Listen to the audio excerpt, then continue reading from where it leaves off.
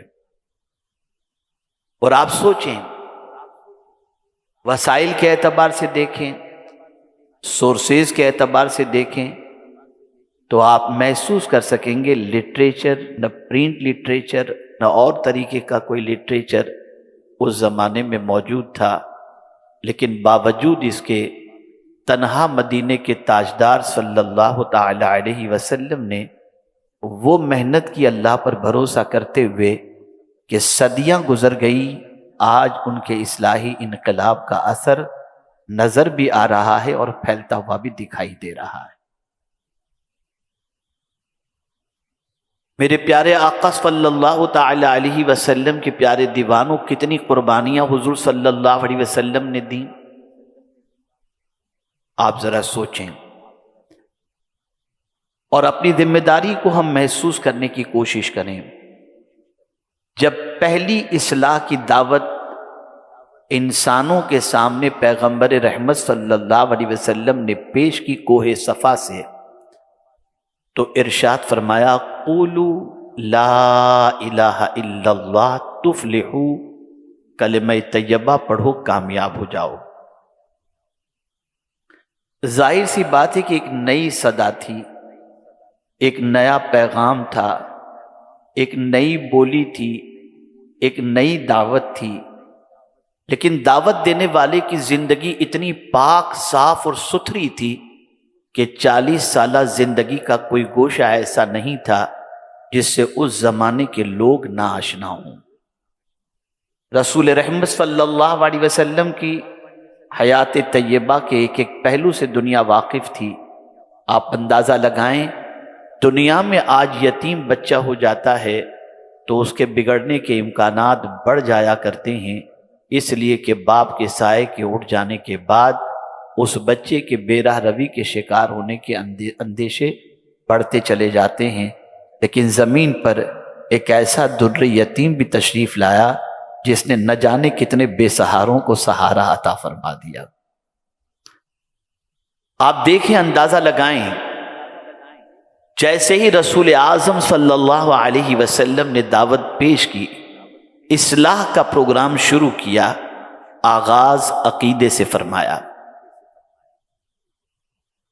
آپ جانتے ہیں رسول اعظم صلی اللہ علیہ وسلم نے اعلان نبوت تو 40 سال کے بعد فرمایا، لیکن نبی حضرت آدم علیہ السلام کے آب و گل میں جب حضرت آدم علیہ السلام تھے، اس وقت بھی میرے آقا صلی اللہ علیہ وسلم تاج نبوت سے سرفراز تھے۔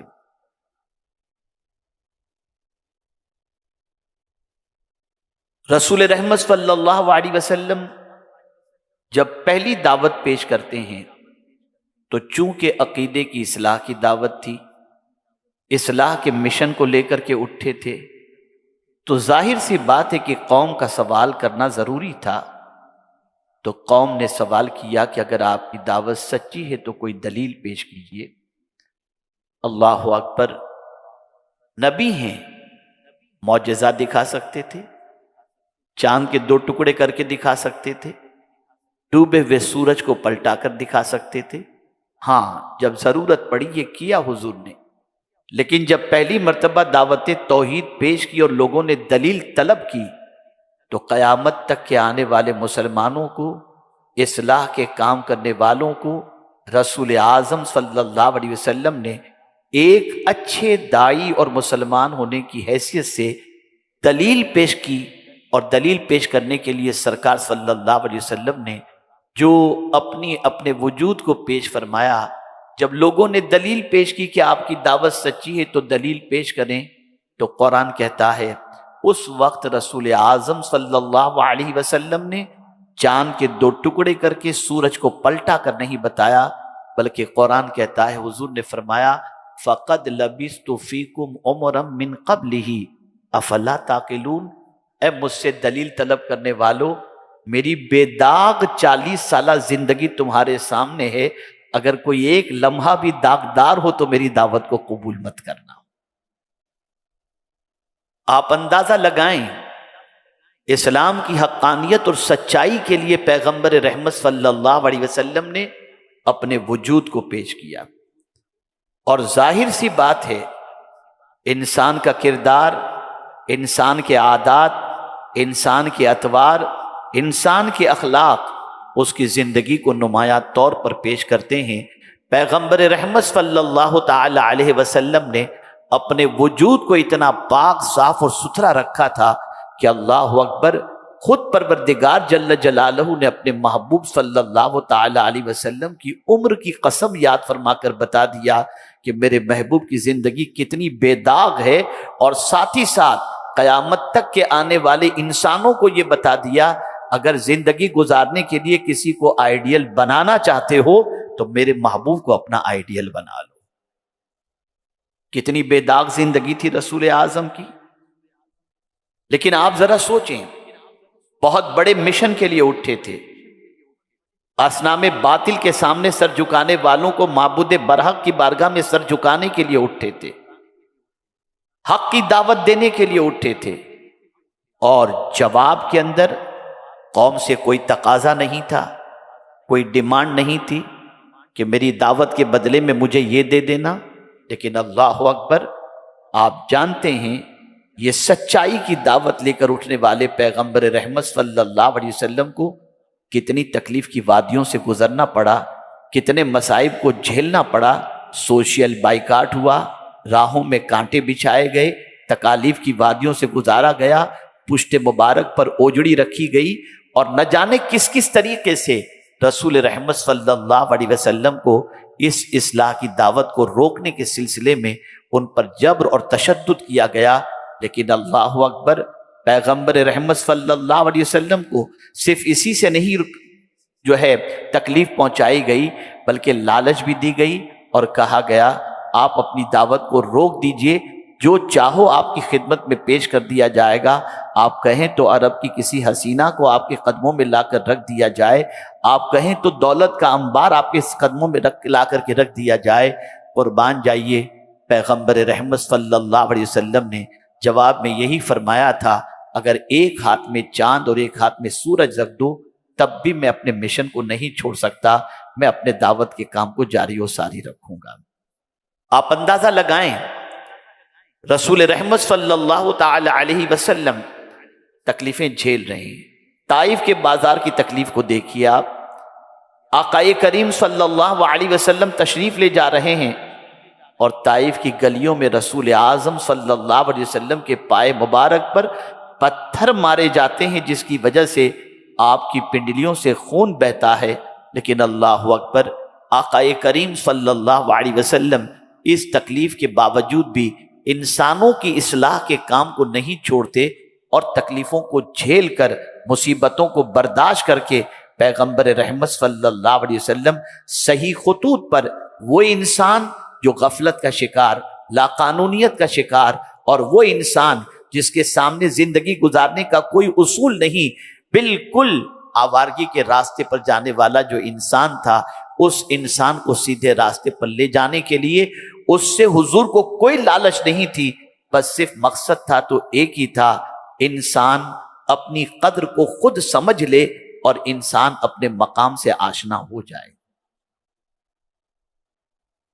میرے پیارے آقا صلی اللہ تعالی علیہ وسلم کے پیارے دیوانوں، آپ ذرا دیکھیں، آقا کریم صلی اللہ علیہ وسلم ظاہری حلیے کو بدلنے تشریف نہیں لائے تھے کہ آپ اپنے اسٹرکچر کو صرف چینج کر دو، نہیں، پیغمبر رحمت صلی اللہ علیہ وسلم دل بدلنے کے لیے تشریف لائے تھے، قلبی انقلاب پیدا کرنے کے لیے تشریف لائے تھے۔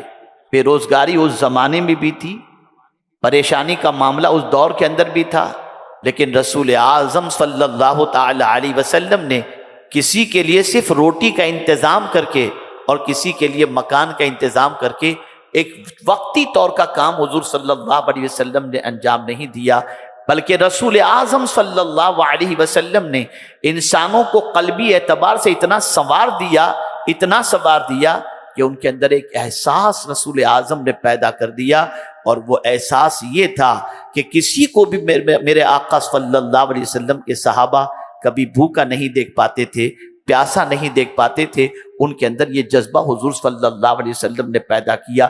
کون نہیں جانتا، ایک جنگ کے موقع پر چند صحابہ زخمی حالت کے اندر میدان کے اندر موجود تھے، اور العطش العطش کہتے ہوئے ایک صحابی نے پانی طلب کیا، اس موقع پر پانی کا گلاس لے کر پہلے صحابی کے پاس پانی پلانے والا جب پہنچتا ہے اور دور سے زخمی صحابی نے کہا العطش، تو پہلا زخمی صحابی جو پانی کی پیاس کی شدت کی وجہ سے پریشان ہے اور چاہتے تھے کہ پانی کے چند قطرے اپنے حلق کے نیچے اتار لیں، لیکن دوسرے زخمی صحابی کی طرف سے جب آواز آتی ہے العطش، تو اپنے پیاسے رہ کر مر جانا اور جان دینا تو انہوں نے گوارا کر لیا، لیکن اپنے بھائی کو پیاس کی شدت سے تڑپتا دیکھنا انہوں نے گوارا نہیں کیا۔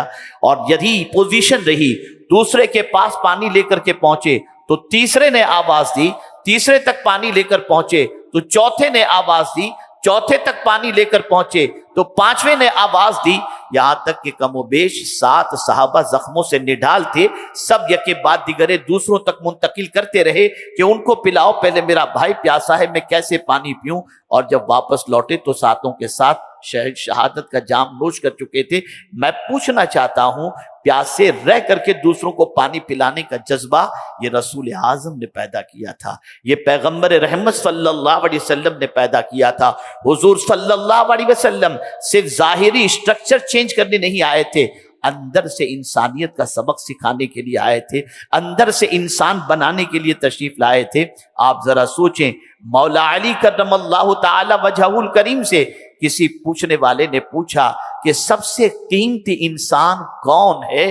اللہ اکبر، مولا علی کرم اللہ تعالی وجہہ الکریم نے جواب میں ارشاد فرمایا، جس کے پاس احساس زندہ ہو سمجھ لینا وہ قیمتی انسان ہے۔ آج احساس مر گیا، آج احساس ختم ہو چکا ہے۔ ہم تو آج کے دور کے اندر دیکھتے ہیں، راستے میں ایکسیڈنٹ ہوتا ہے، لوگ ویڈیو بناتے ہیں، مریض کو اٹھا کر ہاسپٹل پہنچانے کا کام نہیں کرتے۔ کیا عجیب دور آ چکا ہے، کیا عجیب سچویشن ہو چکی ہے، کیا عجیب کیفیت سے انسان دوچار ہو چکا ہے۔ پیغمبر رحمت صلی اللہ علیہ وسلم نے وہ عظیم انقلاب پیدا فرمایا اور اس طرح سے اصلاح فرمائی کہ قلب پر حضور کی نظر تھی، اس لیے کہ آقا کریم صلی اللہ علیہ وسلم فرماتے ہیں، الا ان فی الجسد مضغۃ اذا صلحت صلح الجسد کلہ واذا فسدت فسد الجسد کلہ الا وہی القلب۔ آگاہ ہو جاؤ، جسم کے اندر ایک گوشت کا ٹکڑا ہے، اگر وہ صحیح رہا تو پورا جسم صحیح رہے گا، اور اگر وہ بگڑ گیا تو پورا وجود بگڑ جائے گا۔ جان لو وہ دل ہے، وہ دل ہے، وہ دل ہے۔ میرے پیارے آقا صلی اللہ تعالی علیہ وسلم کے پیارے دیوانوں، پیغمبر رحمت صلی اللہ علیہ وسلم نے کس طریقے سے دل بنا دیے تھے، صحابہ کرام علیہم الرضوان کے کیسی تربیت ان کی آقا کریم صلی اللہ علیہ وسلم نے فرمائی تھی، اور اصلاح کس طریقے سے انسانوں کی تھی۔ میری بہنیں بھی آج یہاں پر موجود ہیں، میں ان سے کہوں گا اگر آج کوئی بھائی آپ کے سر پر دوپٹہ دیکھنا پسند کرتا ہے، یہ صدقہ ہے پیغمبر رحمت صلی اللہ علیہ وسلم کا۔ اگر آج کوئی بچہ اپنی ماں کی قدم بوسی کرنا سرمایہ افتخار سمجھتا ہے، یہ صدقہ ہے پیغمبر رحمت صلی اللہ علیہ وسلم کا۔ اگر آج کوئی بیٹی کی ولادت کے بعد اپنے آپ کو خوش نصیب تصور کرتا ہے، تو یہ صدقہ ہے پیغمبر رحمت صلی اللہ علیہ وسلم کا۔ اس لیے کہ حضور صلی اللہ علیہ وسلم نے ہر کمزور کو اتنا اٹھایا جس کی کوئی انتہا نہیں۔ ہر دبے کچلے کو سرکار نے عزت عطا فرمائی۔ بیواؤں کا کوئی مقام نہیں تھا، پیغمبر رحمت صلی اللہ علیہ وسلم نے 25 سال کی عمر کے اندر 40 سال کی بیوہ سے شادی کر کے یہ بتا دیا کہ دیکھو میں نے جس سے شادی کی ہے اس کا مقام معمولی نہیں ہے، اللہ عز و جل نے سارے مومنوں کی ماں اسے بنا دیا ہے۔ آپ اندازہ لگائیں، یتیم کا کوئی وقار نہیں تھا۔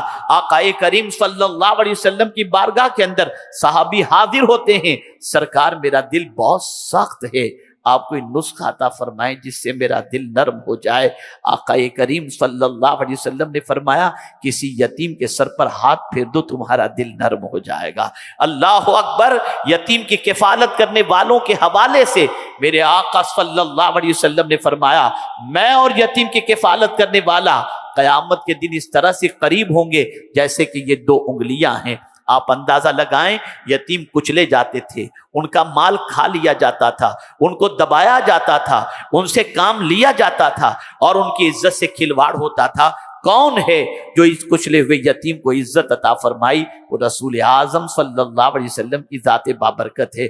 میرے پیارے آقا صلی اللہ تعالی علیہ وسلم کے پیارے دیوانوں، آپ دیکھتے چلے جائیں، بوڑھوں کا کوئی وقار نہیں تھا، بوڑھوں کی کوئی عزت نہیں تھی۔ آقا کریم صلی اللہ علیہ وسلم نے ارشاد فرمایا جس نے بوڑھوں کا احترام کیا اس کے نام اعمال میں اللہ عز و جل کی عزت کرنے کا ثواب لکھ دیا جائے گا۔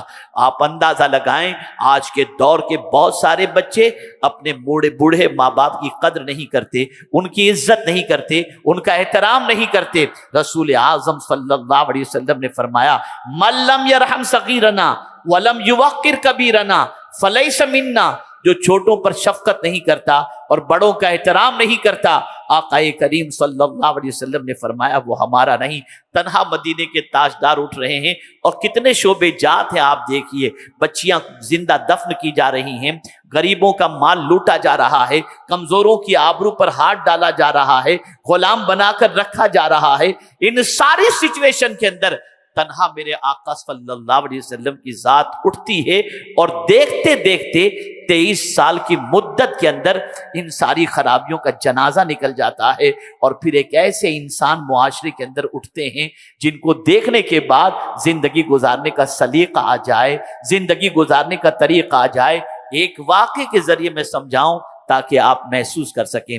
جب رسول اعظم صلی اللہ علیہ وسلم کے وصال کے بعد سیدنا صدیق اکبر رضی اللہ تعالی عنہ مسند خلافت پر تشریف فرما ہوتے ہیں تو ایک رجسٹر آپ نے منگوایا اور اس رجسٹر کے اندر کام کی تقسیم لکھنا آپ نے شروع کر دی۔ یہ کام فلاں کرے گا، یہ کام فلاں کرے گا، یہ کام فلاں کرے گا۔ سارے کام کو آپ نے نوٹ ڈاؤن کر لیا۔ ایک کام ایسا تھا، ایک بڑھیا تھی جس کے گھر کی صفائی اور اس کو کھلانے کا کام تھا۔ صدیق اکبر نے اس بڑھیا عورت کے کام کے آگے کسی کا نام نہیں لکھا۔ صدیق اکبر رضی اللہ تعالیٰ عنہ اٹھ کر تشریف لے گئے تو آپ کے جاتے ہی فاروق اعظم نے رجسٹر اٹھایا اور اسے جب دیکھا تو بڑھیا کے کام کے سامنے کسی کا نام لکھا ہوا نہیں تھا۔ فاروق اعظم نے محسوس کیا کہ یہاں کسی کا نام نہیں لکھا ہوا ہے، میں ہی جا کر کے یہ کام انجام دوں گا۔ فاروق اعظم رضی اللہ المولا تبارک و تعالی عنہ دوسرے روز صبح کو جاتے ہیں اس بڑھیا کے گھر پر۔ جیسے ہی پہنچتے ہیں تو کیا دیکھتے ہیں، گھر بھی صاف نظر آ رہا ہے، بڑھیا بھی فریش نظر آ رہی ہے۔ بڑھیا سے کہتے ہیں مائی تو نے کھانا کھا لیا؟ ہاں کھا لیا۔ تیرے گھر کی صفائی ہو گئی؟ ہاں ہو گئی۔ مائی کس نے تیرے گھر کی صفائی کی؟ کس نے تجھے کھانا کھلایا؟ کہا یہ تو نہیں معلوم، میں تو آنکھ سے نابینا ہوں، کوئی آتا ہے میرے گھر کو بھی صاف کر کے جاتا ہے اور مجھے کھلا کر کے بھی جاتا ہے۔ اللہ اکبر! رسول اعظم صلی اللہ علیہ وسلم کی تربیت کا آپ نمونہ دیکھیے۔ فاروق اعظم رضی اللہ تعالیٰ عنہ سوچتے کون ہوگا جو رات کے سناٹے میں آ کر اس بڑھیا کی مدد کرتا ہے۔ رات کو چھپ کر ایک جگہ پر کھڑے ہو جاتے ہیں یہ دیکھنے کے لیے کہ کون ہے جو اس بڑھیا کی مدد کر رہا ہے۔ اللہ اکبر! حضرت فاروق اعظم چھپ کر کھڑے تھے۔ رات کافی گزر جانے کے بعد آپ نے دیکھا چہرے پر کوئی رومال ڈال کر کے اس بڑھیا کے گھر کی طرف جا رہا ہے، ننگے پیر ہے۔ آواز دی کون؟ فاروق اعظم کی آواز جیسے ہی پہنچی صدیق اکبر نے جواب فرمایا ابو بکر۔ جیسے ہی فاروق اعظم نے سنا ابو بکر، کہتے امیر المؤمنین رات کے سناٹے میں اس بڑھیا کے گھر کے اندر صفائی کرنے کے لیے اور کھلانے کے لیے آپ تشریف لاتے ہیں، مجھے حکم دے دیتے۔ فرماتے ہیں یہ کٹھن کام تھا، میں نے اس کو اپنے ذمے لے لیا ہے اور میں پہلے سے کر رہا ہوں اس کام کو۔ اس کے بعد فاروق اعظم کے جب کا سوال سنیے۔ فاروق اعظم عرض کرتے ہیں امیر المؤمنین خدمت تو سمجھ میں آتی ہے، ننگے پیر آنا سمجھ میں نہیں آتا۔ اب جواب سنیے صدیق اکبر کا۔ ارشاد فرماتے عمر جوتے اور چپل پہن کر رات کے سناٹے میں چلتا تو میرے چپلوں کی آہٹ یا جوتوں کی آہٹ سے کسی کی نیند خراب ہو جاتی۔ ابو بکر یہ نہیں چاہتا کہ اس کے قدموں کی آہٹ سے کسی کی نیند خراب ہو جائے۔ آپ ذرا سوچیں، ذرا غور کریں، رسول رحمت صلی اللہ تعالی علیہ وسلم نے کس طریقے سے پورا مزاج بدل دیا تھا اور درد کس طریقے سے صحابہ کے دلوں کے اندر پیدا کر دیا تھا۔ کسی کی تکلیف نہ دیکھنا، کسی کی پریشانی کو نہ دیکھنا، ہر ایک کے غم کے اندر شریک ہو کر ان کے غموں کو دور کرنا، یہ صحابہ کرام علیہم الرضوان کی زندگی تھی۔ آپ ذرا سوچیں یہ تربیت رسول اعظم کی تھی، یہ اصلاح مدینے کے تاجدار صلی اللہ تعالی علیہ وسلم کی تھی۔ میرے پیارے آقا صلی اللہ علیہ وسلم کے پیارے دیوانوں، آپ ذرا سوچ اور اندازہ لگاؤ۔ لوگ کہتے ہیں فطرت بدلنا بڑا مشکل کام ہے، لیکن مدینے کے تاجدار نے ثابت کر دیا اگر اخلاص کے ساتھ کام کرو تو اللہ تعالیٰ لوگوں کی زندگیاں بدل دیا کرتا ہے۔ کوشش اپنی طرف سے ہو، نتیجہ اللہ عز و جل کی طرف سے ہوتا ہے۔ آپ سوچو میرے پیارے آقا صلی اللہ علیہ وسلم کے پیارے دیوانوں، یہ ایک دن کا بگاڑ نہیں تھا، 500 سال ڈارک جو ہے وہ زمانہ گزرا ہے، ڈارک پیریڈ گزرا ہے۔ حضرت عیسیٰ علیہ الصلاۃ والتسلیم کے بعد سے لے کر رسول اعظم صلی اللہ تعالی علیہ وسلم کی آمد تک یہ 500 سالہ زندگی کے اندر کوئی نبی تشریف نہیں لائے، اس دور میں کوئی نبی تشریف نہیں لائے۔ انسان لاقانونیت کا شکار تھا، مرضی کی زندگی گزارتا تھا، طبیعت کی زندگی گزارتا تھا۔ اللہ کے رسول صلی اللہ تعالی علیہ وسلم نے انہیں بتایا کہ زندگی کیسے گزاری جائے، زندگی کا کیسے خیال رکھا جائے اور زندگی کو کتنی پاکیزہ بنائی جائے۔ میرے پیارے آقا صلی اللہ علیہ وسلم کے پیارے دیوانوں، قرآن مقدس میں ایک آیہ کریمہ موجود ہے۔ آقا کریم صلی اللہ علیہ وسلم کی بارگاہ کے اندر ایک مہمان حاضر ہوئے۔ پیغمبر رحمت صلی اللہ علیہ وسلم نے صحابہ کے جم غفیر میں ارشاد فرمایا کون ہے جو میرے مہمان کو آج اپنا مہمان بنائے؟ ایک غریب صحابی کھڑے ہو جاتے ہیں۔ کتنے غریب تھے میں آپ کو بتاتا ہوں۔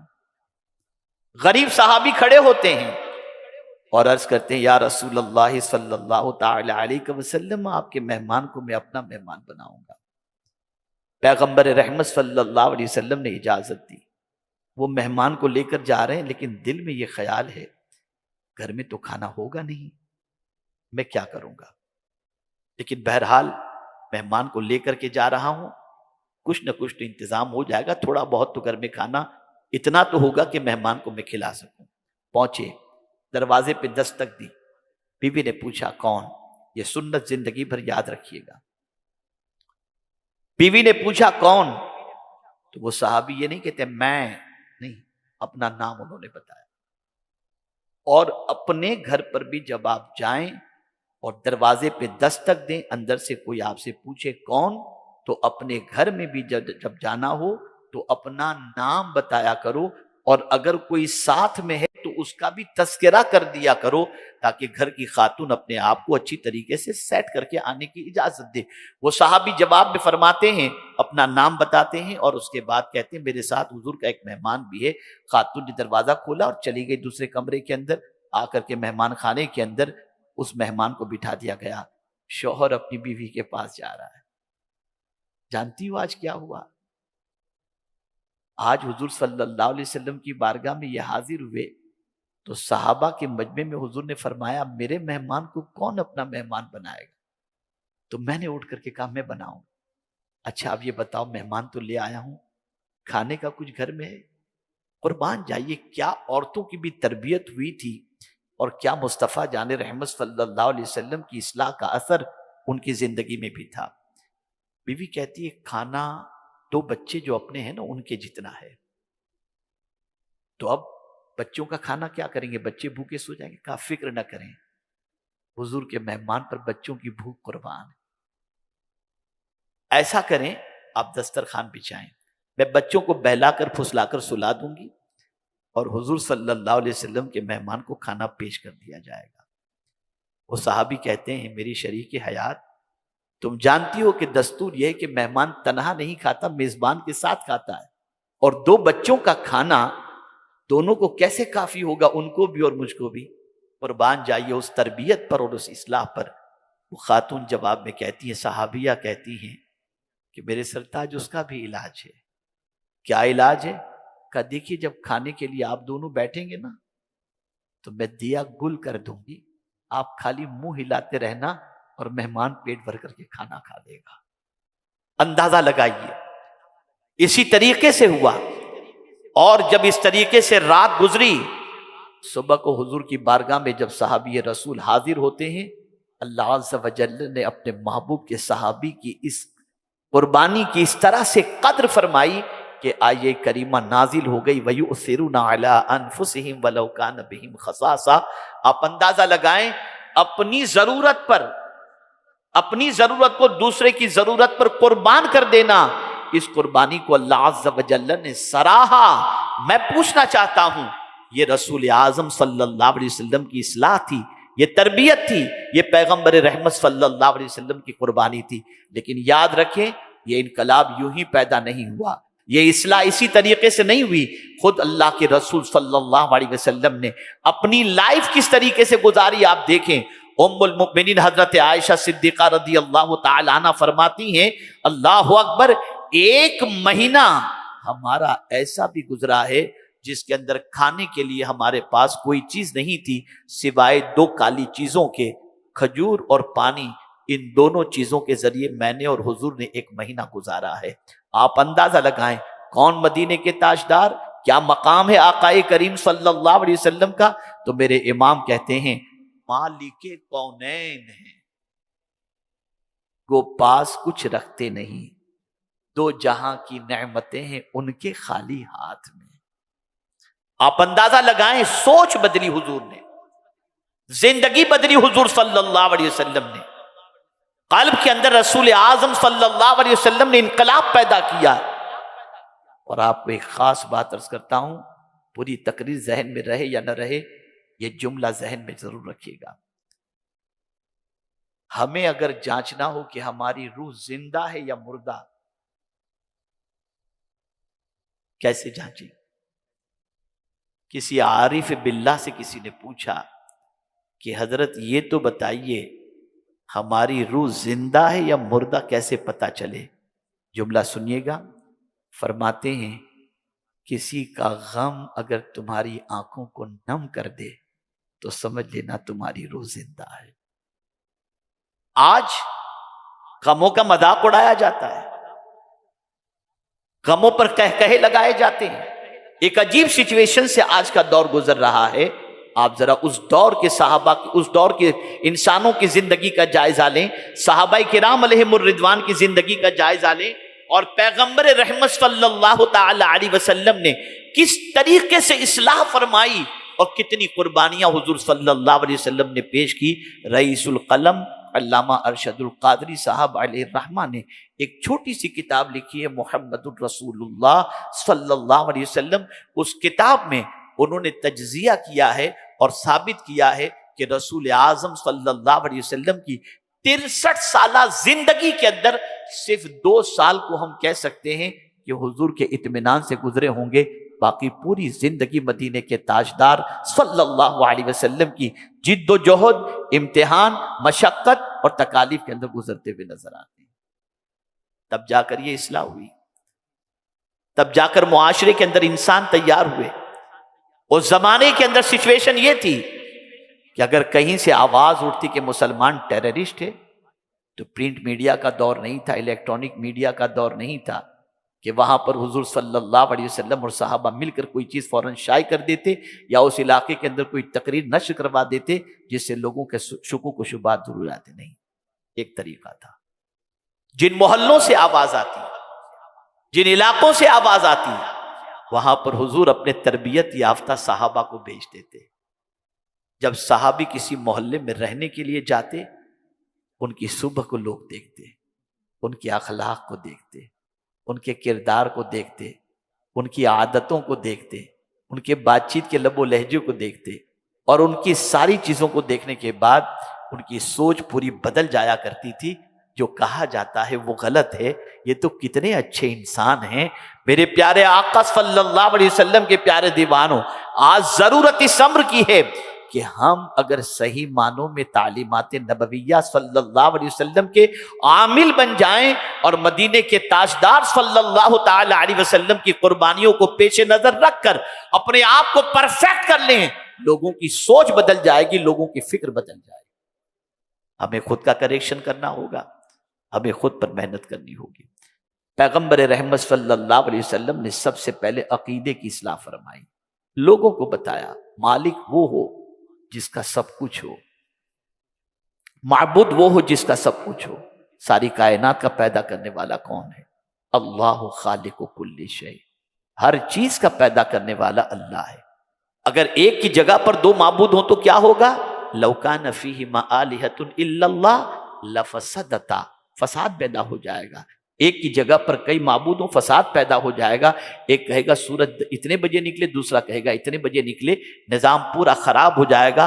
اللہ کے رسول صلی اللہ علیہ وسلم نے ایک معبود برحق کی بارگاہ میں جبین نیاز جھکانے کی تعلیم عطا فرمائی، اور ساتھ ہی ساتھ انہیں بتایا گیا، لوگوں کو سمجھایا گیا اللہ ہر چیز کا خالق ہے، اسی کے سامنے سر جھکاؤ، اسی کی بندگی کرو، اسی کی پرستش کرو، اسی کی عبادت کرو.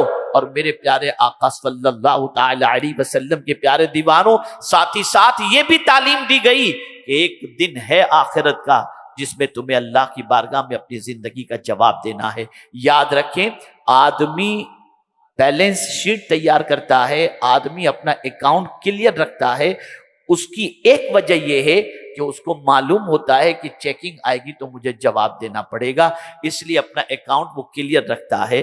میرے پیارے آقا صلی اللہ علیہ وسلم کے پیارے دیوانوں، قیامت کے حوالے سے بھی قرآن نے سورہ فاتحہ میں واضح لفظوں میں بتا دیا، مالک یوم الدین، یوم جزا کا مالک. میرے پیارے آقا صلی اللہ علیہ وسلم کے پیارے دیوانوں، قیامت کے دن اللہ پل پل کا حساب لے گا. زندگی اس نے عطا فرمائی اور رزق اس نے عطا فرمایا، عزت اس نے عطا فرمائی، سب کچھ اس کے دستے قدرت کے اندر ہے، سب کچھ اس کے قبضے قدرت کے اندر ہے، سب کچھ اسی نے عطا فرمایا ہے. موت ایسی سچائی ہے جس سے کوئی انکار نہیں کر سکتا. دنیا میں 2 چیزیں ایسی ہیں جس کی تمنا انسان رکھتا ہے لیکن یہ تمنا کبھی پوری نہیں ہو سکتی. ایک دنیا کا انسان چاہتا ہے کبھی موت نہ آئے، اور دنیا کا انسان چاہتا ہے کبھی بوڑھا نہ ہو، لیکن یہ 2 تمنائیں کبھی پوری نہیں ہوتی. موت اس کے وقت پر آتی ہے. میں پوچھنا چاہتا ہوں، بلیٹ پروف جیکٹ پہن کر کے آدمی چلے، یا پھر باڈی گارڈ کے درمیان آدمی چلے، یا بلیٹ پروف کار کے اندر آدمی چلے، ہزارہ حفاظتی انتظام کر لے، لیکن موت کا آہنی پنجہ جب اس کو گرفت میں لینا چاہے گا اور اس کا وقت جب آ جائے گا، لکل امت اجل اذا جاء اجلہم لا یستاخرون ساعۃ ولا یستقدمون۔ کون ہے ان حفاظتی دستے کے باوجود روح کو قبض کروا لیتا ہے؟ وہ میرے پروردگار کی ذات ہے، وہ پالنہار حقیقی کی ذات ہے۔ آقا کریم صلی اللہ علیہ وسلم نے اس طرح سے صحابہ کے دلوں کے اندر، انسانوں کے دلوں کے اندر احساس مسئولیت پیدا فرمایا، چنانچہ ان کی زندگی بیلنس کے اندر تھی۔ وہ جانتے تھے ہم سب کچھ کرنے کے لیے نہیں بلکہ وہی کرنے کے لیے پیدا ہوئے ہیں جس کے کرنے کا حکم اللہ عز و جل نے عطا فرمایا، اللہ کے رسول صلی اللہ علیہ وسلم نے عطا فرمایا۔ تو سب سے پہلے آقا کریم صلی اللہ علیہ وسلم نے عقیدے کی اصلاح فرمائی۔ کیا وجہ ہے کہ ہمارا عقیدہ ہے اللہ دیکھ رہا ہے پھر بھی ہم گناہ کر رہے ہیں، پھر بھی ہمارے ہم گناہ کے دروازے پر دستک دیتے ہوئے نظر آ رہے ہیں۔ لیکن کیا وجہ تھی کہ صحابہ کرام علیہم الرضوان کا دامن گناہوں سے بچتا ہوا نظر آتا ہے اور ان کی زندگی اس طریقے سے نظر آتی ہے کہ پروردگار نے خود قرآن مقدس میں فرمایا اہدنا الصراط المستقیم صراط الذین انعمت علیہم، اور انعام یافتہ بندوں کی فہرست کے اندر اولیاء کو شامل فرمایا۔ انعم اللہ علیہم من النبیین والصدیقین والشہداء والصالحین، یہ وہ لوگ ہیں جن کے راستے پر چلنے کی دعا ہم اللہ کی بارگاہ کے اندر حالت نماز کے اندر کرتے ہیں۔ آخر ان کی زندگی پاکیزہ کیسی رہی؟ اگر کوئی یہ کہتا ہو آج کا ماحول بڑا خراب ہے، یوٹیوب پر آدمی جاتا ہے تو بہک جاتا ہے، آج کا ماحول بڑا خراب ہے، لیکن میں آپ کو یقین کے ساتھ کہتا ہوں ماحول کیسا ہی پراگندہ کیوں نہ ہو، ایک تصور اگر دماغ کے اندر بیٹھ جائے میرا مالک مجھے دیکھ رہا ہے، میں سمجھتا ہوں قدم پھسلنے سے بچ جائیں گے، وجود پھسلنے سے بچ جائے گا۔ حضرت بایزید بستامی علیہ رحمہ کی بارگاہ میں ایک منچلا نوجوان آیا اور اس نے کہا تقریباً برائیوں سے میں نے توبہ کر لی ہے لیکن ایک گناہ ایسا ہے جس سے میں بچ نہیں پاتا۔ بایزید بستامی علیہ رحمہ نے اس سے پوچھا نہیں کہ کون سا گناہ، اس نے خود فرمایا حضور میری عادت ہے میں راہ چلتے ہوئے لڑکیوں کو تکتا رہتا ہوں، میں اس گناہ سے نہیں بچ سکتا، مجھے کوئی نسخہ عطا فرمائیں۔ حضرت بایزید بستامی علیہ رحمہ نے جواب میں ارشاد فرمایا تو لڑکیوں کو دیکھتا ہے اور تیرا خدا تجھے دیکھتا ہے، اس تصور کو قائم کر لے، تیرا قدم پھسلنے سے بچ جائے گا، نگاہ بہکنے سے بچ جائے گی۔ چند دنوں کے بعد بارگاہ بایزید بستامی علیہ رحمہ میں حاضر ہوا تو کہتا ہے اب تو نگاہ بہکتی ہی نہیں ہے، نگاہ نیچی کیے میں اپنی زندگی کو گزار رہا ہوں۔ یاد رکھو یہ اللہ کا خوف کیوں دل سے نکل گیا؟ وجہ یہ ہے اللہ کی طاقت سے ہم ناواقف ہیں، اللہ کی قوت سے ناواقف ہیں، اللہ عز و جل کی قدرت سے ناآشنا ہیں۔ اللہ سے ڈرو۔ میرے پیارے آقا صلی اللہ علیہ وسلم کے پیارے دیوانوں، صحابہ کی زندگی رسول اعظم نے اسی طرح سے بدلی تھی اور آقا کریم صلی اللہ علیہ وسلم نے ان کی اصلاح فرمائی تھی۔ اور مزید میں آگے بڑھتے ہوئے عرض کروں کہ صرف ایسا نہیں کہ آقا کریم صلی اللہ علیہ وسلم نے عقیدے کی اصلاح فرمائی ہو۔ اب آئیے میں اس چیز کی طرف آپ کی توجہ کو مبذول کراتا ہوں جس کو سننے کے بعد میں یقین کے ساتھ کہتا ہوں میرے آقا صلی اللہ علیہ وسلم کی عظمتوں کا سکہ آپ کے دل میں بے پناہ بیٹھ جائے گا۔ مجھے بتاؤ دنیا میں اصلاح کرنے والے اٹھتے ہیں، اکونومسٹ اٹھتے ہیں، وہ چاہتے ہیں کہ اکانومی میں اصلاح ہو، اس لیے وہ پوری طاقت خرچ کرتے ہیں معاشی نظام کو درست کرنے کے اندر، اور اس کے لیے محنت و مشقت کرتے ہیں اور رات و دن کھپاتے ہیں، اور اکانومی کو درست کرنے کے سلسلے میں اکانومسٹ نے جتنی پڑھائی کی ہوتی ہے اس کو وہ بروئے کار لا کر محنت و مشقت کر کے معاشی اصلاح کی کوشش وہ کرتا ہے۔ اسی کے ساتھ ساتھ آپ دیکھیں اگر کوئی یہ سمجھتا ہو انسانوں کے زوال کا سبب ایجوکیشن نہ ہونا ہے، جہالت ہے، تو وہ ایجوکیشن کے سلسلے میں محنت کرے گا اور وہ بتائے گا ادارے کا وجود ضروری ہے، تعلیم کے میدان کے اندر آگے نکلنا ضروری ہے۔ ایک ایجوکیشن کا ایکسپرٹ جو ہوگا وہ تعلیم کے پیچھے محنت کرتا ہوا نظر آئے گا۔ اگر آرمی کا کوئی آفیسر ہے، آرمی کا کوئی ہے جوان، وہ چاہے گا کہ آرمی میں کریکشن ہو تو وہاں پر آپ دیکھیں گے آرمی جنرل جو ہوگا وہ وہاں کے قانون بنائے گا اور اس کی اصلاح کرتا ہوا نظر آئے گا. کوئی اگر لائر ہے تو وہ اگر اصلاح کرنا چاہے گا تو وہ قانون کے سلسلے میں اصلاح کرے گا. وہ لا کے قانون ایسے بنائے گا, نئے نئے پوائنٹس لے کر کے آئے گا اور چاہے گا کہ عدلیہ کا نظام درست ہو. اسی طریقے سے آپ دیکھتے چلے جائیں, کوئی حکومت کر رہا ہے اور چاہتا ہے کہ حکومت کے اندر اصلاح ہو تو وہ کوشش کرے گا کہ اس کے اندر نئی نئی چیزیں لائی جائیں اور اس طرح سے سیاست اور حکومت صحیح طور پر چلے, وہ اس کی کوشش کرے گا.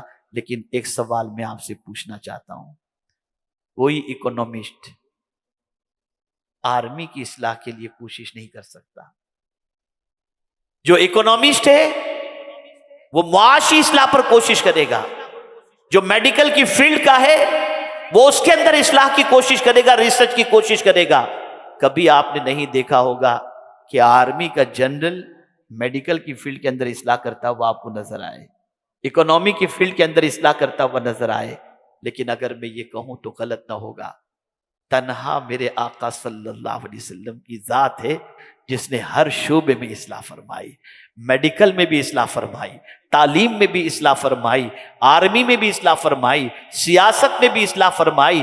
آپ دیکھیں زندگی کے جتنے بھی شعبے ہیں, اگر سارے شعبوں کے اندر تنہا مصطفیٰ کی ذات کو آپ دیکھیں تو ہر شعبے کے اندر مدینے کے تاجدار کریکشن کرتے ہوئے نظر آئیں گے.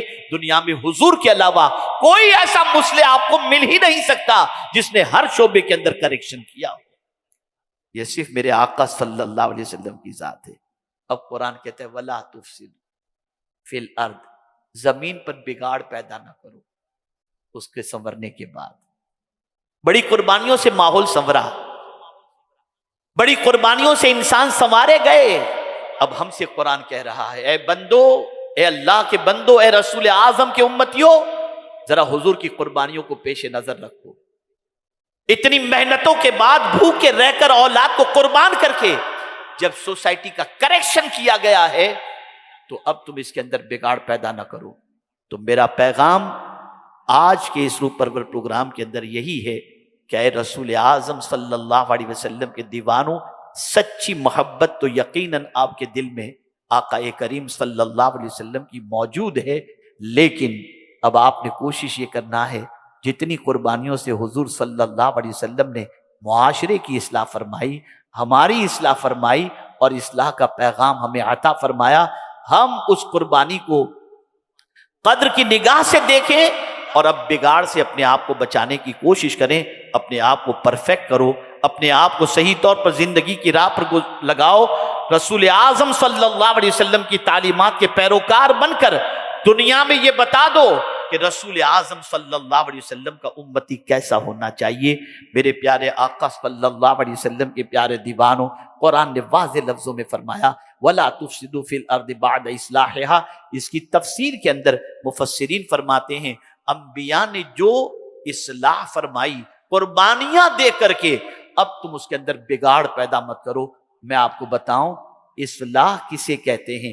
امام راغب اصفہانی رحمت اللہ تعالی علیہ نے فرمایا خرابی کو خوبی سے بدل دینا, اس کا نام اصلاح ہے.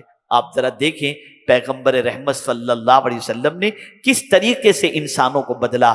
آج ہماری پوزیشن یہ ہے, رسول اعظم کی محبت کا چراغ سینے میں روشن تو ہے, قرآن کو اللہ کی کتاب مانتے بھی ہیں, پیغمبر رحمت صلی اللہ علیہ وسلم پر مر مٹنے کے لیے تیار بھی ہیں, لیکن ان کی عظمتوں کا سکہ دل میں ہونے کے باوجود ہم ان کی تعلیمات پر, ان کے مشن پر, ان کی قربانی کی قدر کرتے ہوئے اپنے آپ کو ایک پرفیکٹ انسان اور مسلمان بنانے کے سلسلے میں جد و جہد کرتے ہوئے نظر نہیں آتے. میں اس عظیم یونیورسٹی کے اندر موجود طلباء اور طالبات سے کہوں گا زندگی چند دنوں کی ہے, آنا ہے یا آئے ہیں یہاں پر, ایک دن ضرور جانا ہے.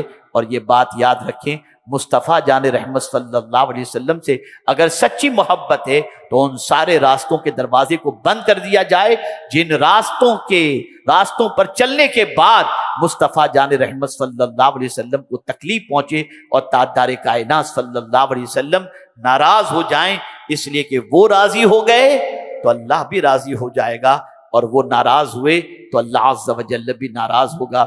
اعلیٰ حضرت عظیم البرکت امام عشق و محبت اسی لیے کہتے ہیں کام وہ لے لیجئے تم کو جو راضی کرے, ٹھیک ہو نام رضا تم پہ کروڑوں درود۔ میرے پیارے آقا صلی اللہ علیہ وسلم کے پیارے دیوانوں اور معزز طلباء و طالبات، میری آپ سب سے اور حاضرین و حاضرات سب سے میری گزارش ہے کہ ہم سب مل کر ایک ایسے معاشرے کی تشکیل کی کوشش کریں جس معاشرے کو سنوارنے کے لیے اللہ کے رسول صلی اللہ علیہ وسلم نے قربانیاں پیش کی۔ اللہ تعالیٰ آقا کریم رؤوف الرحیم علیہ التحیۃ والتسلیم کے صدقہ و طفیل مجھے آپ کو سب کو پیغمبر رحمت صلی اللہ علیہ وسلم کی تعلیمات پر عمل کی توفیق نصیب فرمائے، اور رسول رحمت صلی اللہ علیہ وسلم کے نقش قدم پر چلنے کی توفیق نصیب فرمائے۔ ہاں ایک خاص بات اور عرض کر دوں، آج کل ڈپریشن کا دور چل رہا ہے نا، ڈپریشن، چھوٹا سا بچہ ڈپریشن، چہرہ دیکھو اترا ہوا ہے، کوئی رسپانسبلٹی نہیں ہے لیکن چہرہ اترا ہوا ہے، ڈپریشن۔ اچھی طریقے سے یاد رکھیں، میں آج وہ چیز آپ کے سامنے ڈپریشن سے متعلق بتاتا ہوں، شاید کوئی سائیکولوجسٹ نے آپ کو بتایا اور سائیکریٹسٹ نے بتایا ہو۔ ڈپریشن کا پہلا سبب ہے گناہ۔ یاد رکھیں، زندگی میں کبھی بھی انسان گناہ کرنے کے بعد ٹیمپرری وہ خوش تو رہ سکتا ہے لیکن اکیلے میں نہیں رہ سکتا، بالکل۔ گناہ انسان کو کمزور کر دیتا ہے، نیکی انسان کو طاقتور بنا دیتی ہے۔ گناہ سے انسان ڈپریشن میں چلا جاتا ہے۔ آپ کہیں گے وہ کیسے؟ مغربی دنیا کا جائزہ لے لیجئے، بڑی بڑی یونیورسٹیز موجود ہیں، بڑے بڑے ریسرچ اسکالر موجود ہیں، اور اسی کے ساتھ ساتھ آسائش کے سارے سامان موجود ہیں، لیکن آپ لوگ پڑھے لکھے ہیں، آپ لوگ ریسرچ کرتے ہیں، آپ دیکھ لیجئے پوری دنیا میں سب سے زیادہ ڈپریشن کے پیشنٹ ویسٹرن ورلڈ کے اندر آپ کو ملیں گے۔ جب آسائش کی ساری چیزیں موجود ہیں تو پھر ڈپریشن میں وہ کیوں ہیں؟ کیوں سوسائڈ کر رہے ہیں؟ کیوں مینٹل ہو رہے ہیں؟ وجہ سب سے بڑی یہ ہے کہ وہاں گناہ کی کثرت ہے، وہاں گناہ کی کثرت ہے۔ گناہ کبھی بھی آپ کو چین سے جینے نہیں دے گا، گناہ کبھی آپ کو سکون کی دولت نہیں دے گا۔ گناہ ہمیشہ، بلکہ یہ بس آخری بات عرض کر کے میں اپنی گفتگو ختم کرتا ہوں، گناہ سب سے پہلے اپنی نظر میں گراتا ہے اور پھر خدا کی نظر میں۔ گناہ کرنے والا اپنی نظروں میں گر جاتا ہے۔ تو گناہ سے بچو اور اللہ عز و جل اور اس کے رسول صلی اللہ علیہ وسلم کی تعلیمات پر عمل کرنے کی کوشش کریں۔ اللہ رب العزت جل جلالہ عظمت رسالت مآب صلی اللہ علیہ وسلم ہمارے سینے میں اس طریقے سے بٹھائے کہ ہم آقا کریم صلی اللہ تعالی علیہ وسلم کی یادوں میں اپنی راتوں کو گزاریں، اور میں سو جاؤں یا مصطفیٰ کہتے کہتے، کھلے آنکھ صلی علی کہتے کہتے، وما علینا الا البلاغ المبین۔ السلام علیکم ورحمۃ اللہ وبرکاتہ۔